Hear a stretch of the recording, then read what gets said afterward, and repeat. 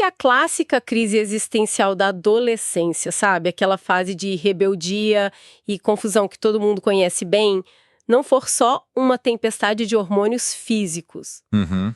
E se, na verdade, isso for a abertura repentina de um arquivo histórico contendo séculos de emoções e paixões passadas? Hoje, a nossa imersão vai investigar uma pequena estrutura no centro do cérebro humano que pode ser a chave para entender tudo isso. E é um ponto de partida fascinante, viu? Porque a biologia clássica, bom, por muito tempo ela olhou para essa estrutura, a glândula pineal, o epífise, quase como uma peça de reposição inútil. É tipo um órgão vestigial que o corpo carregava por inércia, né? Exato. Sem uma função vital muito clara. Mas o material que a gente tem sobre a mesa hoje vira essa premissa totalmente de cabeça para baixo. Com certeza.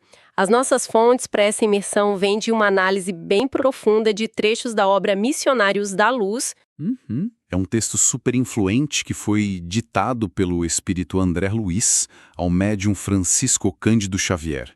E o que chama atenção não é só o aspecto espiritual, mas a precisão clínica, sabe? A forma anatômica com que o texto descreve a mecânica do corpo humano. Sim, é impressionante. A nossa missão aqui hoje é desvendar como essa obra retrata a glândula pineal, não como uma ervilha calcificada e esquecida, mas como a verdadeira usina de força da alma humana. Eu sou a apresentadora de hoje e estou muito animada para começar essa investigação. E eu tô aqui pra gente mergulhar fundo nisso. O grande atrativo desse material é a forma indissociável como ele une biologia e espiritualidade, né? Sim, não existe uma fronteira rígida ali entre matéria e energia.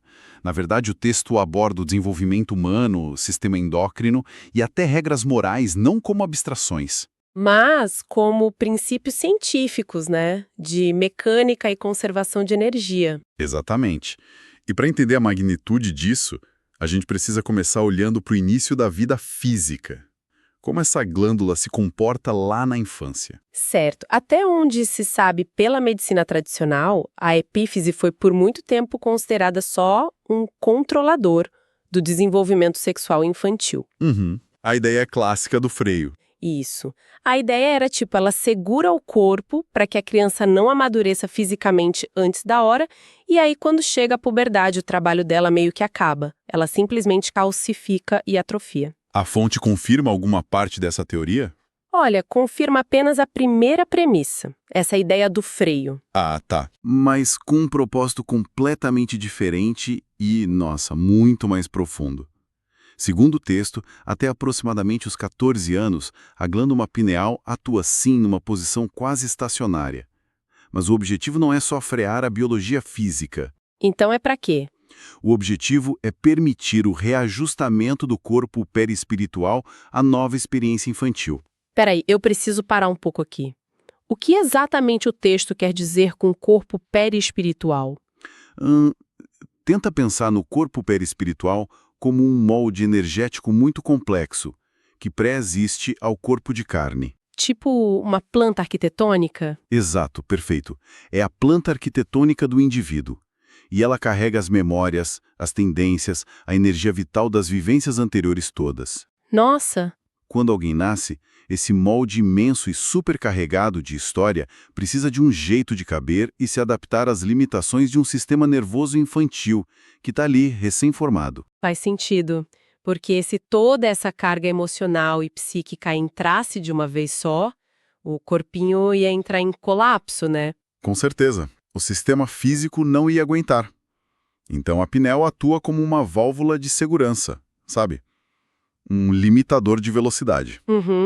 Ela mantém as influências de vidas passadas e os impulsos sexuais contidos para que a criança possa focar apenas em aprender o básico da nova vida. É muito louco pensar nisso. É como se a criança estivesse num ambiente de simulação controlada e a glândula pineal fosse o cadeado que impede o acesso ao banco de dados completo do indivíduo. Essa é a analogia perfeita. Mas aí chega a puberdade. A biologia clássica dizia que o cadeado enferrujava e a glândula parava de trabalhar. O que a fonte diz que acontece lá para os 14 anos. A fonte revela uma perspectiva diametralmente oposta a essa ideia de atrofia. Aos 14 anos, em vez de ser desligada, a glândula recomeça a funcionar com força total. O que era um freio biológico, de repente se transforma numa fonte criadora, numa verdadeira válvula de escape. Então ela destranca o banco de dados. Exato. O texto descreve que a pineal reabre mundos de sensações e impressões na esfera emocional. E aqui entra o conceito mais impactante dessa fase, tá? A fonte diz que a criatura se entrega à recapitulação da sexualidade. Recapitulação da sexualidade? Pera, isso significa que o adolescente não está lidando só com hormônios novos do corpo físico? Não mesmo. Ele está lidando com um inventário de emoções passadas? Exatamente isso. O texto sugere que aqueles impulsos super fortes e aquela confusão toda que é típica da puberdade ocorrem porque o indivíduo passa a examinar o próprio arquivo. Quase inconscientemente, né? Sim, de forma inconsciente. O arquivo das paixões e dos vícios vividos em outras existências. Essas energias reaparecem de um jeito muito intenso. Uau! A pineal desperta dessa fase estacionária e inunda o sistema nervoso com essas memórias emocionais sutis. E aí o corpo físico traduz isso em impulsos e inquietações. Nossa, isso muda completamente a forma como a gente enxerga a adolescência. Tira aquele peso de, é só o corpo crescendo? Sim, banaliza menos, né? Com certeza. E coloca um peso quase cósmico de que o indivíduo está reencontrando a própria bagagem. E o material usa essa premissa até para fazer uma crítica bem pontual à psicanálise e a Freud, não é? Sim, faz uma análise crítica muito interessante da obra do Sigmund Freud. Porque Freud olhou para tudo isso e deu um diagnóstico bem diferente. Pois é. Segundo a fonte, Freud foi genial ao perceber a força esmagadora desse impulso, que ele chamou de libido, e como isso molda a indisciplina e o comportamento humano. Uhum. Mas o erro da psicanálise, de acordo com esse texto, foi a miopia quanto à origem dessa energia. Como assim miopia? É que Freud interpretou esse desvio exagerando o aspecto do instinto sexual primário, o lado físico da coisa. Entendi. Ele não compreendeu o verdadeiro papel da glândula pineal como essa usina geradora de uma energia mental e emocional muito mais complexa. Para esse autor espiritual, a metáfora seria tipo, Freud viu a fumaça da libido, mas não conseguiu enxergar a fogueira da epífise. Fascinante. E isso nos leva para um território onde a biologia começa a se misturar quase com uma física quântica. Com certeza. Porque, pensa bem, se essa glândula é esse motor turbo que desperta na puberdade, assumindo o controle desse arquivo imenso todo, como é que ela se relaciona com o resto do corpo físico na fase adulta? Esse é o ponto-chave. Porque a biologia tradicional, quer dizer, a ciência médica, sempre disse que o nosso sistema endócrino, as glândulas tipo tireoide, suprarrenais e glândulas genitais, são que determinam o nosso ritmo diário. Mas o texto estabelece uma hierarquia de poder bem diferente da que a gente está acostumado. E como funciona essa hierarquia? Normalmente, a gente olha para as glândulas genitais ou para o pâncreas como sistemas independentes, né? Eles ditam as regras do nosso estado físico. Sim, a gente acha que eles mandam em tudo. Mas a fonte descreve essas glândulas periféricas como excessivamente mecânicas. Fazendo uma analogia, elas são operárias no chão de fábrica. Elas segregam hormônios físicos e executam ali o trabalho braçal.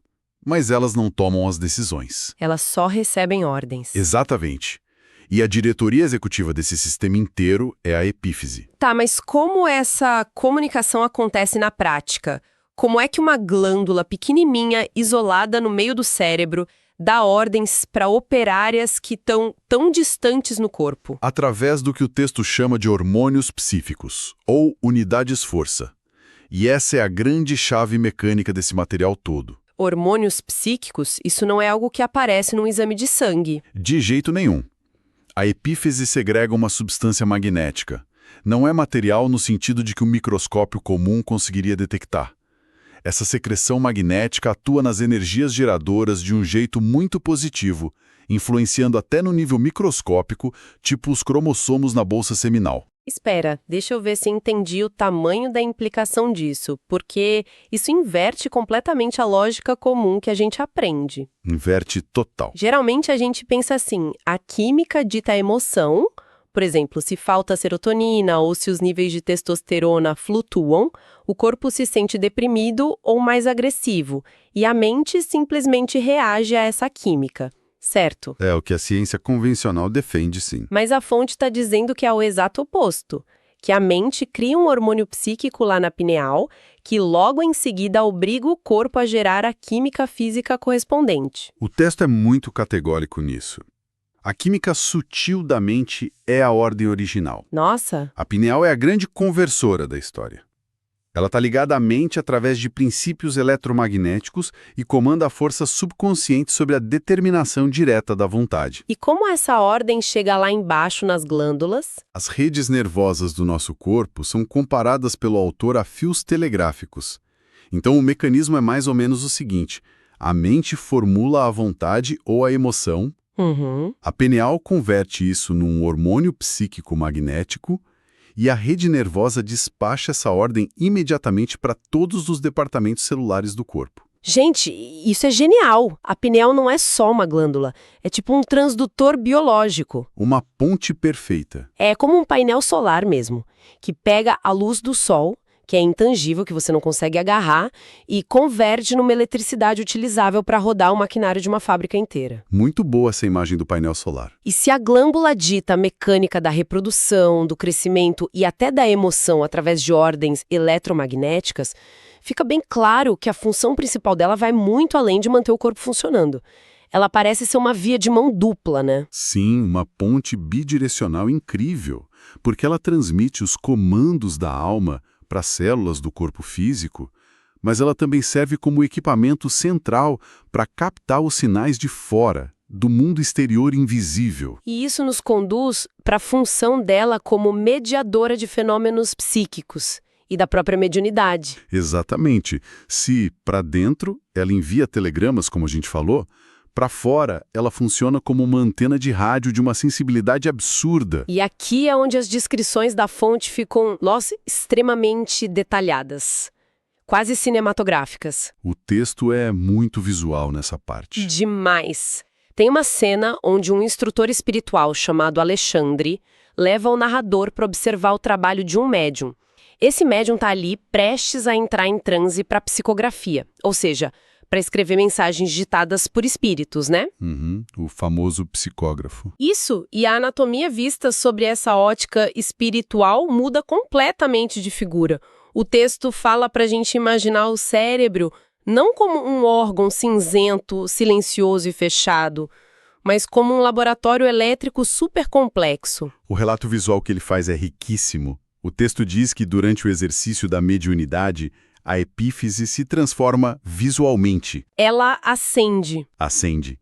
Ela deixa de ter aquela aparência meio inerte e começa a emitir raios azulados e muito intensos. A analogia que a fonte usa é muito bonita. Fala que parece uma flor resplandecente, um lótus de pétalas sublimes. Lótus de pétalas sublimes, eu adoro essa imagem. E não é só uma poesia visual, sabe? Ilustra um processo mecânico mesmo, uma abertura para captação de sinal. Ah, entendi. Então as pétalas do lótus se abrindo representariam esse aumento na capacidade de recepção da glândula. Exato. O texto detalha que a glândula intensifica o poder tanto de emissão quanto de recepção de raios magnéticos. Raios que são peculiares ali à esfera espiritual. Através dessas forças equilibradas da glândula, a mente consegue captar vibrações delicadíssimas, seja de esferas mais elevadas ou mais densas. Mas não é automático para todo mundo, né? Não, não. O autor faz um alerta super importante. Na maioria das pessoas, essa potência de captação da antena ainda dorme de forma embrionária. E dá para entender o porquê de ela dormir, porque, pelo que a fonte descreve, logo em seguida, colocar essa antena para funcionar em alta potência exige uma engenharia interna absurda. Não é mágica. Não é só ligar o interruptor. Requer um preparo fisiológico e energético gigantesco. O texto mostra o trabalho que os instrutores invisíveis fazem no médium antes da comunicação e é impressionante. Dá até aflição de ler a complexidade. É um verdadeiro procedimento cirúrgico energético. Eles não brincam em serviço. O que eles fazem exatamente? O texto relata, por exemplo, a necessidade de proteger o nervo vago do médium, Depois, induzir uma aceleração milimetricamente calculada na produção de adrenalina pelas glândulas suprarrenais. Nossa, eles mexem na química física antes de transmitir o sinal? Sim, e ainda criam um coeficiente magnético totalmente novo para preparar as células nervosas. Tudo isso tem um propósito muito claro: garantir que o sistema físico e nervoso do médium não entre em colapso. Por causa da energia. Exato. É devido à alta voltagem da energia que a pineal vai captar na hora da psicografia.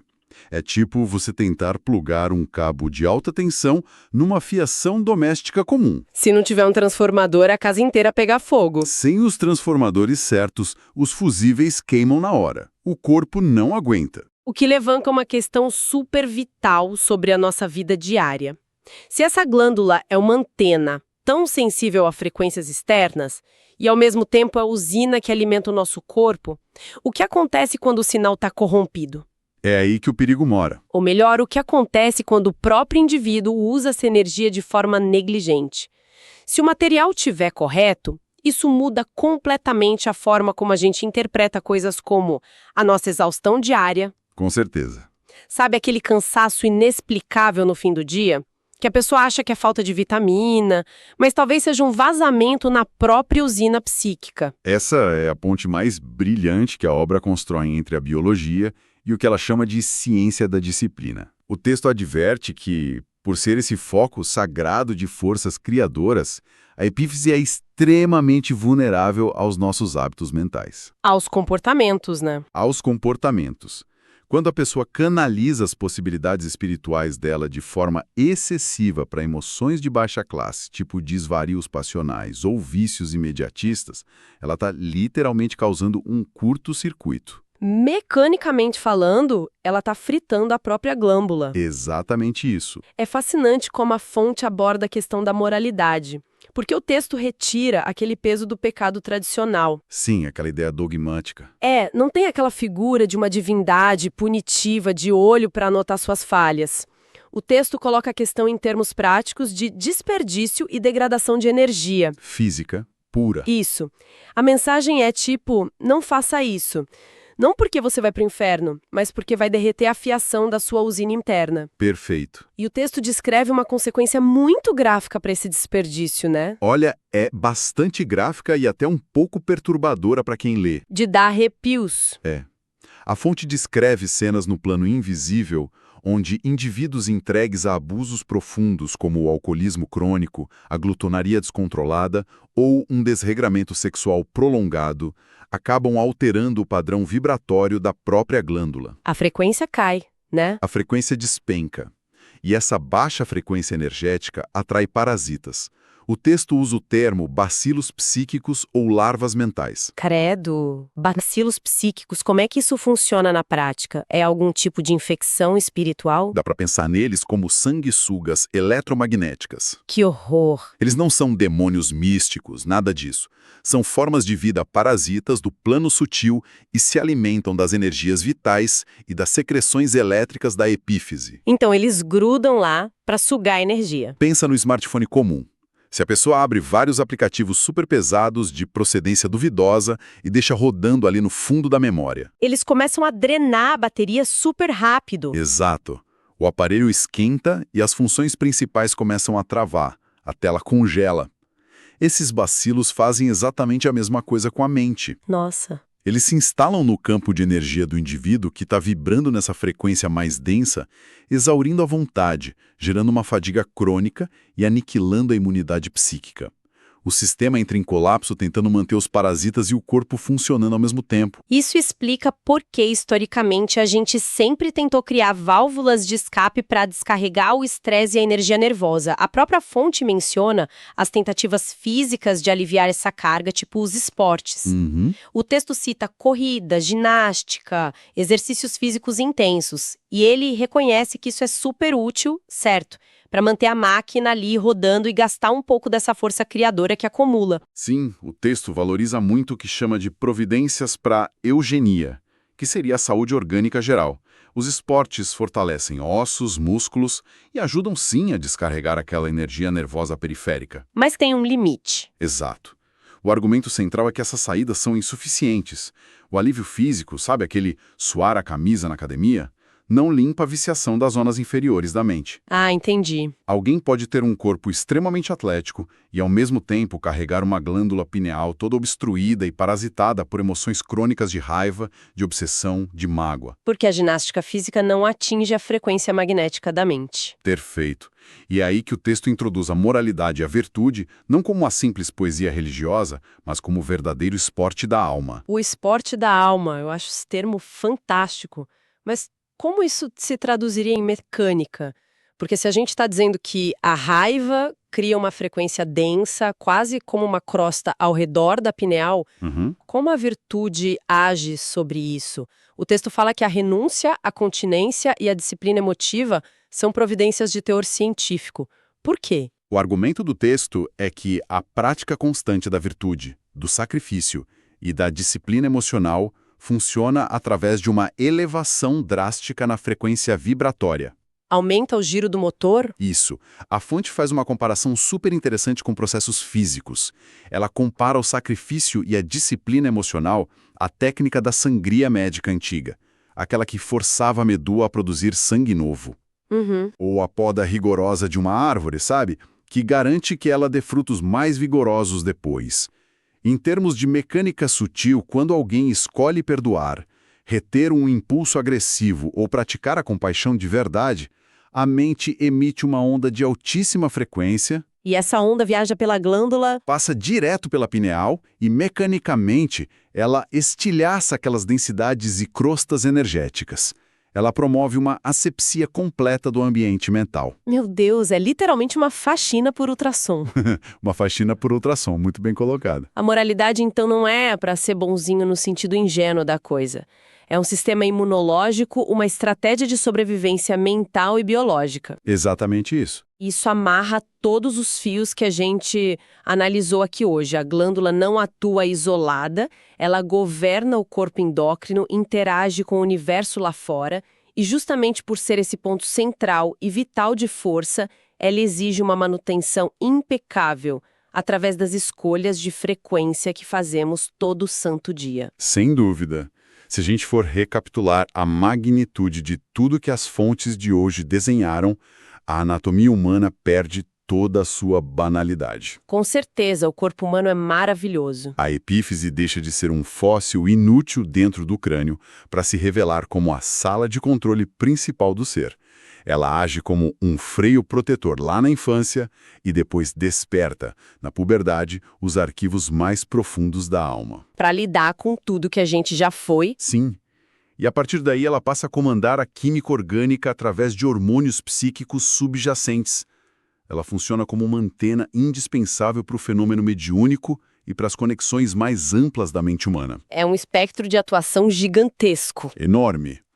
E por ser tudo isso, ela exige a disciplina dos sentimentos e a prática do bem como um método mais racional e científico de conservação de energia. É um convite para a gente olhar para a nossa própria máquina biológica com um respeito reverencial, né? Quase deslumbrado. O nosso corpo não é só carne. Fica claro que é uma interface de luz condensada. Literalmente luz condensada. E se tudo isso que a gente explorou hoje sobre a glândula pineal estiver operando nos bastidores da nossa fisiologia exatamente agora, isso nos deixa com uma reflexão muito inevitável para quem está ouvindo continuar pensando depois que essa imersão terminar. E qual seria? Bom, se essa nossa usina interna capta as frequências invisíveis dos nossos pensamentos mais íntimos e depois traduz tudo isso em química, em desgaste, em força vital, quais são as ordens que essa estrutura biológica silenciosa está transmitindo para o resto do nosso corpo neste exato segundo? Talvez a saúde do nosso futuro dependa inteiramente de descobrir qual é a qualidade do combustível que a gente anda colocando no motor invisível da nossa própria mente.